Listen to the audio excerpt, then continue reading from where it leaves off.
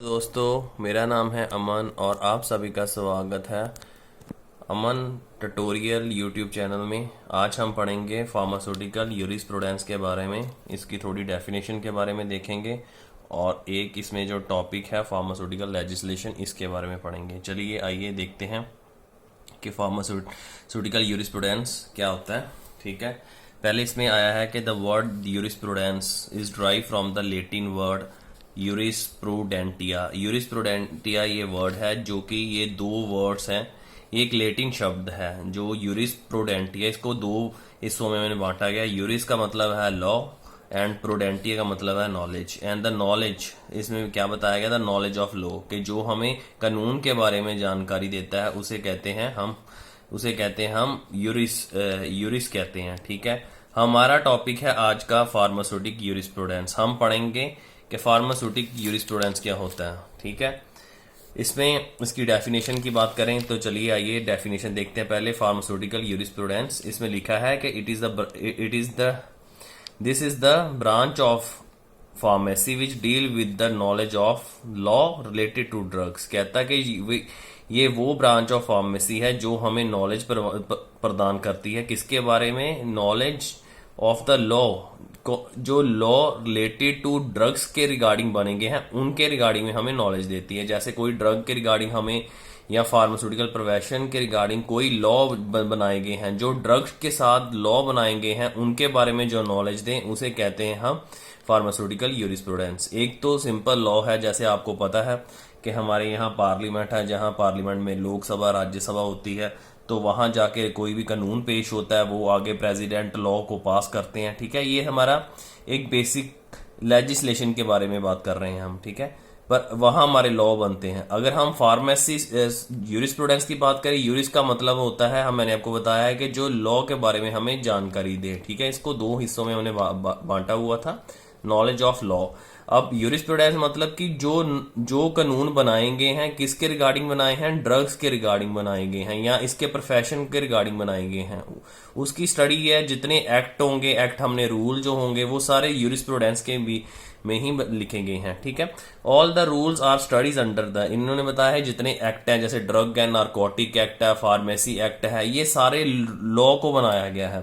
ठीक है, वो भी मैं आपको बताऊंगा कि ये क्यों लॉ बनाए गए हैं। ठीक है, इसके और क्या बताया, related to drug, medicine, cosmetic, pharmacy. कहता है जितने भी लॉ जो बनाए गए हैं के रिगार्डिंग मेडिसन को लेकर, कॉस्मेटिक को लेकर या फार्मेसी को लेकर, ये सारे जितने भी लॉ है हम यूरिस्प्रूडेंस में पढ़ते हैं। ठीक है, the subject control the profession and the various function include the, कहता है ये सबको कंट्रोल में रखता है, जैसे sale, manufacture, import, export, distribution, pricing और ड्रग एंड कॉस्मेटिक। जैसे ये जो है, ये जो प्रोफेशन है फार्मेसी प्रोफेशन, ये सबको क्या कंट्रोल में रखता है, जैसे include the sales, manufacturing, export. ये सारा प्रोफेशन को मेंटेन रखता है। कौन रखता है? यूरिस्प्रूडेंस इन चीजों का ध्यान रखता है। जैसे कई बार क्या होता है कि भी पहले तो जब हम पौराणिक बात करें कि जब देश आजाद नहीं हुआ था तो तब आयुर्वेदिक का ही टाइम था। तब क्या करते थे कि आयुर्वेदिक से मतलब जो जड़ी बूटियों से दवाई ट्रीटमेंट करते थे, अगर तो ठीक हो गया पेशेंट ठीक है, वरना उसको कभी कभी अपनी जान भी गंवानी पड़ती थी।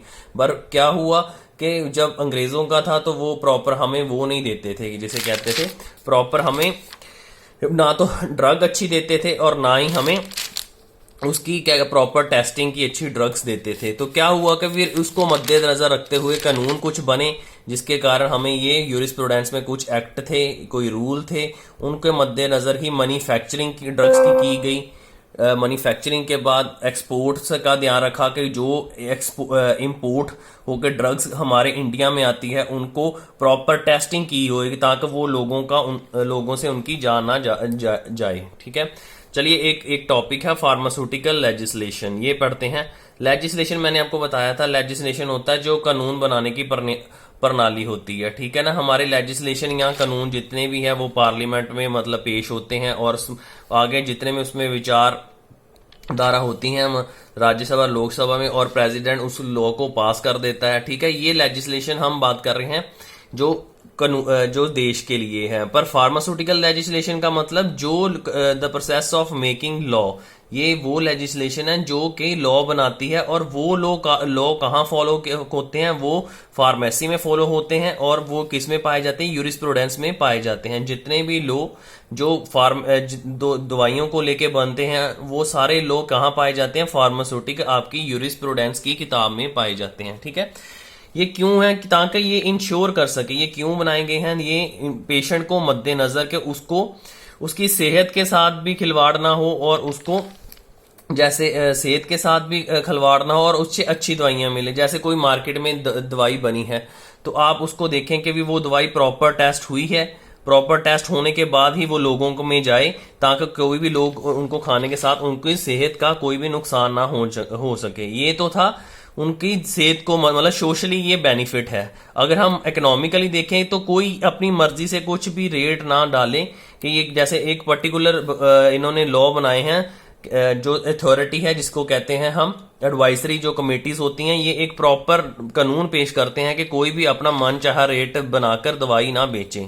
इसमें क्या लिखा है, कहता सो ये एक मिक्स लेजिस्लेशन है जो इकोनॉमिकली भी देखती है कि भी लोगों को महंगी दवाई ना मिले, और सोशली भी देखती है कि कोई भी खराब दवाइयां ना मिले उनको। ठीक है, इनकी प्रॉपर टेस्टिंग हो मेडिसिन की, और तब ही वो पेशेंट उनको रिसीव कर सके।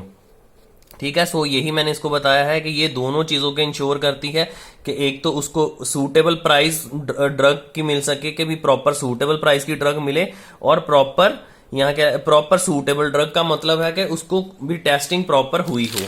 ठीक है, आगे इसमें कुछ थोड़ी बातें हैं जो हम देखेंगे कि ये तो मैंने आपको बता दिया है कि ये लॉ सारे मद्देनजर रखते हुए ही बने हैं, कि भी जो एक्सपोर्ट बाहर से मेडिसिन आई है, जो जितनी भी, मतलब अगर हम बात करेंगे, अगर कोई शॉप भी अगर खोलता है, तो उससे क्या होता है कि उसको प्रॉपर एक कानून के आधार पे चलना पड़ता है, कि भी प्रॉपर कितनी बाय कितनी की, उसमें लेंथ कितनी है शॉप की, उसमें रेफ्रिजरेटर है, उसमें और एयर कंडीशन लगा हुआ है। ऐसे कोई भी नहीं खोल सकता, एक क्वालिफाइड पर्सन ही खोल सकता है, उसके पास लाइसेंस होना चाहिए। तो ये जितने भी रूल हैं, ये सारे इसके फार्मास्यूटिकल यूरिस्प्रूडेंस में ही आपको पढ़ने को मिलेंगे। ठीक है, और इसमें हमने एक टॉपिक किया है लेजिस्लेशन। लेजिस्लेशन होता है जो लॉ बनाती है ड्रग्स को लेकर।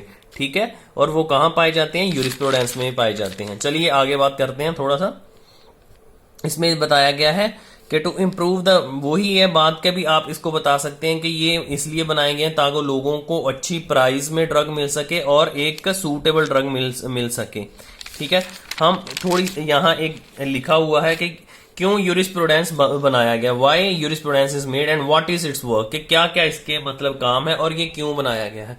पहला तो इसका काम है कि ये जो पेशेंट को मिल रही है, patient receive drug to ensure that the drug is qualified with the qualified from the various criteria, कि जो ड्रग है वो के भी एक क्वालिफाइड इंसान ही बेचे विद द फॉलोइंग क्राइटेरिया। जैसे मतलब कि लिखा है द पेशेंट, जितनी भी पेशेंट को ड्रग मिलती है वो कोई भी आम इंसान नहीं बेचता, वो क्वालिफाइड इंसान ही बेचेगा जिसके पास प्रॉपर लाइसेंस और डी फार्मेसी की डिप्लोमा होगा। ठीक है, इसमें लिखा है कि ये पेशेंट को इंश्योर करता है कि उसको एक अच्छी क्वालिटी मिले, रिक्वायर्ड क्वालिटी। जैसे हम पीसीएम लेते हैं तो उस टैबलेट में पीसीएम 500 ही होना चाहिए, ना तो 300, और ना ही मतलब कि इससे मतलब अप्रोक्सीमेटली हम कह सकते हैं कि 495 के आसपास होना चाहिए, 495।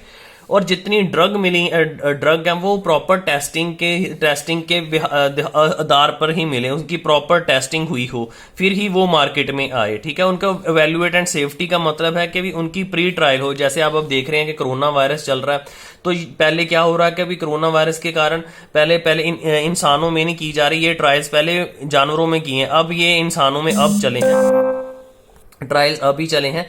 तो पहले जानवरों में हम ट्रायल करेंगे क्योंकि इंसानों की जान जो है बहुत कीमती है। ठीक है, फिर पहले ये इसलिए पहले जानवरों में किए जाते हैं ट्रायल्स, फिर उनकी वैक्सीन जो है फिर वो मार्केट पे आती है। ठीक है, तो एफिकेसी का मतलब होता है कि कोरोना वायरस की अब बात कर रहे हैं तो ये इसके कई बताए भी गए हैं कि जो अभी मेडिसिन बनेंगे उसके कुछ मतलब हद तक साइड इफेक्ट भी हैं, वो भी एफिकेसी उसका भी ध्यान रखे जाए कि भी कोई ज्यादा भी उससे कुछ मेजर उसके सिम्टम्स ना हो जो कि पेशेंट्स को खराब करें। ठीक है, अब बात कर रहे हैं कि भी फार्मास्यूटिकल लेजिस्लेशन की कब चला। ठीक है, इसमें आता है कि पहली कमेटी थी जो लॉन्च हुई थी ब्रिटिश ने की थी। पहले क्या होता था, मैंने बताया था कि आयुर्वेदिक को एलोपैथिक को आते हुए थोड़ा टाइम हुआ। पहले तो लोग दवाइयां होती नहीं थे, पहले जड़ी बूटियों से ही काम चलाते थे। तो अब क्या हुआ कि भी जब एलोपैथिक को आयुर्वेदिक को एलोपैथिक आते आते थोड़ा सा टाइम लगा। पहले क्या हुआ कि भी पहले अंग्रेजों का राज था, तो वो जो जितनी भी जो दवाइयां थी सस्ते दामों में और खराब दवाइयां इंडियंस को दे देते हैं। फिर ये कमेटियों का मतलब होना ये लॉन्च हुई, तो फिर उसके साथ क्या था, फिर पेशेंट्स का देखभाल की गई।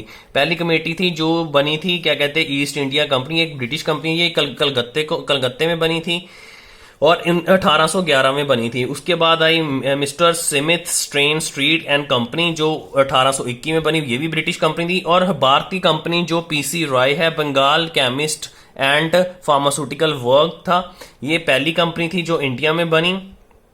ठीक है, इसको पीसी मतलब ये लिखा है प्राफुल चंद रॉय ने थे, जो इंडियन थे, उनका था ये, उन्होंने मतलब ये लॉन्च की इंडिया में और 1901 में। ये आपको ऐसे ही याद करना पड़ेगा कि भी कब ओरिजिन हुआ ये फार्मास्यूटिकल लेजिस्लेशन का। कुछ कंपनियां बनी जो इसलिए बनी ताकि लोगों की सेहत के साथ खिलवाड़ न किया जाए और उनको फिक्स्ड प्राइस पे दवाई मिले। ठीक है, प्रोफेसर टीके गज्जर थे, ये भी एल्बिनिक केमिकल वर्क्स था बड़ोदरा में, इन्होंने इनकी शुरुआत की। ये फिर क्या हुआ कि 9 मार्च 1927 में क्या होता कि भी सर हरूफ जाफर थे, जो कि उन्होंने एक गवर्नर जनरल को नोटिस भेजा ताकि भी एक अच्छी क्वालिटी की ड्रग्स मिले, एक और उनको प्रॉपर मतलब कि ये लिखा है step 2 drug quality and the standard, के भी अच्छी लोगों को दवाई मिले ताकि उनकी सेहत के साथ खिलवाड़ ना हो। तो उसके बाद क्या हुआ कि then the first drug committee setup, जो ड्रग कमेटी सेटअप हुई उसको ड्रग इंक्वायरी कमेटी कहा गया। और वो आर.एन. चोपड़ा जो थे, उन्होंने थोड़े रिकमेंडेशंस की इसके उसमें। पहले उन्होंने रिकमेंडेशन की कि भी जो आर.एन. चोपड़ा था, उन्होंने रिकमेंडेशन की कि भी जितनी भी ड्रग्स इंपोर्ट होके आ रही हैं उनमें प्रॉपर टेस्टिंग की जाए। सीधा नहीं कि भी वो जैसे भी मतलब बाहर से आती हैं तो उनको सीधा पेशेंट को दी जाए, ताकि उनको कोई पहले उनकी टेस्टिंग की जाए प्रॉपर बाकायदा और बाद में वो पेशेंट को दी जाए ताकि उनकी सेहत के साथ कोई भी खिलवाड़ ना हो।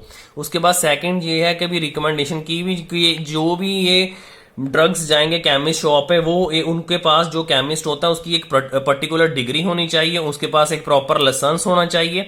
फिर उसने कहा कि भी he also said that there should be the advisory, कहता कि एक एडवाइजरी बोर्ड भी होना चाहिए। एडवाइजरी बोर्ड जैसे आपका सीबीएसई बोर्ड है जो मतलब कि सेंट्रल को स्कूल को करता है, ठीक है, ऐसे एक बोर्ड बनाना चाहिए।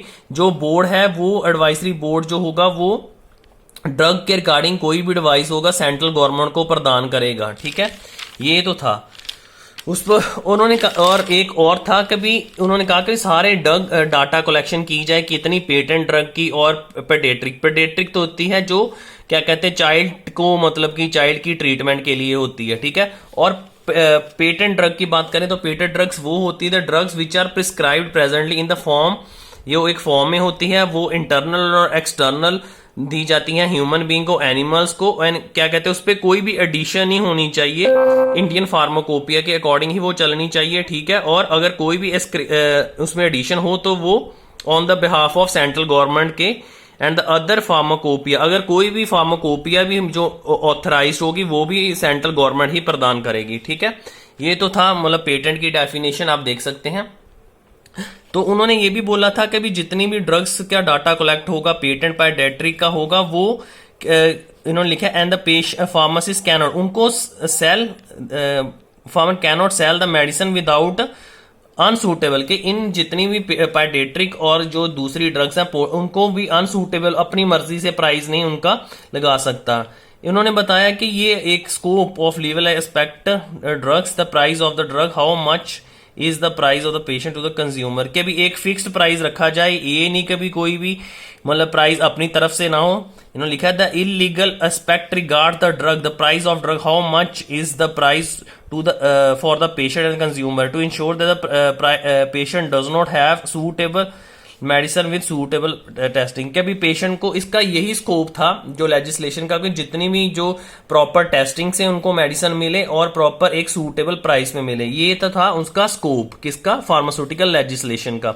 और ऑब्जेक्टिव क्या था, कभी मतलब कि कंट्रोल की जाए, control the price of drug, कभी प्राइस जो है वो मनचाहे दामों पे ना बेची जाए, और मैन्युफैक्चरिंग भी जो ड्रग की हो, और इंपोर्ट जो एक्सपोर्ट भी हो रही हो उसका भी ध्यान रखा जाए, और क्या कहते हैं भी उनकी प्रॉपर जो एक्सपोर्ट हो रही है उनकी टेस्टिंग हुई जाए, मैन्युफैक्चर भी जो हो रही है वहां भी जाकर मतलब पूरा प्रॉपर ध्यान से देखा जाए कि वो प्रॉपर टेस्टिंग के आधार पर ही सारी मैन्युफैक्चर हो रही है। और the person who break the legislation, और जो इन लेजिस्लेशन इन कानून को तोड़ता है उनको पेनल्टी देनी पड़ेगी, उनको फाइन देने पड़ेंगे, ठीक है।